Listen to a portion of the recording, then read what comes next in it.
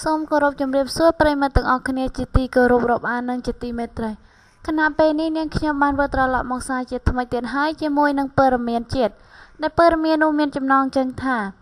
តុំស្គាល់គ្នាសោះលើកដំបូងឲ្យគេខ្ចីម៉ូតូដូច្នេះទន្ទឹមនឹងប្រិយមិត្តកំពុងស្ដាប់សូមជួយចុច Subscribe ម្នាក់មួយដើម្បីទទួលបានព័ត៌មានថ្មីៗជារៀងរាល់ថ្ងៃ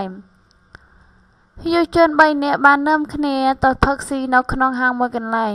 លុះចាប់ផ្ដើមស្រវឹងស្រើងក៏មានជនសង្ស័យ3នាក់ប្រល្បិចធ្វើជាមកជល់មិនសមស្គាល់រួចក៏ផឹកជុំគ្នាមួយសន្ទុះស្រាប់តែស្រវឹងលេងនឹងខ្លួននឹងត្រូវក្រុមជនសង្ស័យមកនាំគ្នាលួចយកកាបូបលុយទូរស័ព្ទដៃគ្រឿងអលង្ការនិងម៉ូតូរបស់រួចកិច្ចខ្លួនបាត់ទៅ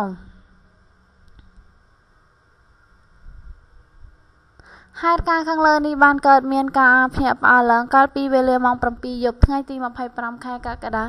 ឆ្នាំ 2018ឆ្នាំនៅចំណុចហាងផឹកស៊ីមួយចំនួនក្នុងភូមិទួលពងរោសង្កាត់ចំចាមួយខណ្ឌពោធិ៍សែនជ័យរហូតមកដល់វេលាម៉ោង 3:20 នាទីរសៀលថ្ងៃទី 26 ខែកក្កដាឆ្នាំ 2018ក្រុមជនសង្ស័យបានធ្វើដំណើរទៅកាន់ប៉ុស្តិ៍ចោមចៅ3ដើម្បីដាក់ពាក្យបណ្ដឹងដោយអះអាងថាត្រូវជនសង្ស័យចាក់ថ្នាំយកទ្រព្យសម្បត្តិខាងលើប៉ុន្តែខណៈនោះនគរបាលចោមចៅ3បានប្រាប់ឲ្យយុវជននេះទៅប្តឹងនៅនគរបាលប៉ុស្តិ៍ចោមចៅមួយវិញព្រោះកើតហេតុនៅទីនោះ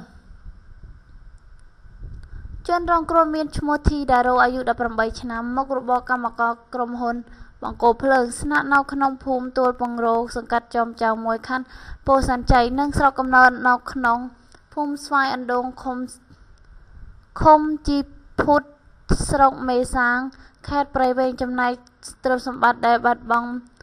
ម៉ូតូទ្រីមម៉ាកសេ125ស៊េរីឆ្នាំ 2011 ពណ៌ខ្មៅពាក្យស្លាកលេខភ្នំពេញ1 AT 4618មួយគ្រឿងកាបូបដៃមួយមានលុយចំនួន 70000 រៀលទូរស័ព្ទមួយគ្រឿងអត្តសញ្ញាណកាតគ្រីផ្លាកដៃផ្លាទីនមួយខ្សែចិញ្ចៀនមួយវង់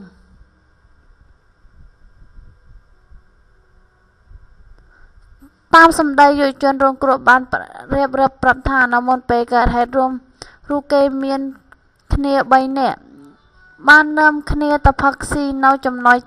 កើតហេតុខាងលើហើយក៏បានជួបនឹងជនស័យចំនួន3នាក់ដែរតាមពិតពួកគេមិនដែល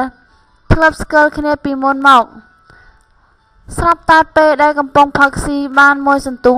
ក្រុមជនសង្ស័យទាំង3នាក់បាននាំគ្នាដើរមកជួលមុនសុំស្គាល់រាប់អានគ្នាជាមួយបពុកខ្លួនចំណែកពួកខ្លួនក៏បានដកជួលមុនវិញជួលកែវិញនឹងបាននិយាយរាប់អានគ្នាព្រមទាំងផឹកស៊ីជួលកៅគ្នាទៅវិញទៅមកហើយជនទាំងនោះបានចាប់ដៃនឹងខ្លួននឹងមិត្តភ័ក្តិបន្ទាប់មកពួកខ្លួន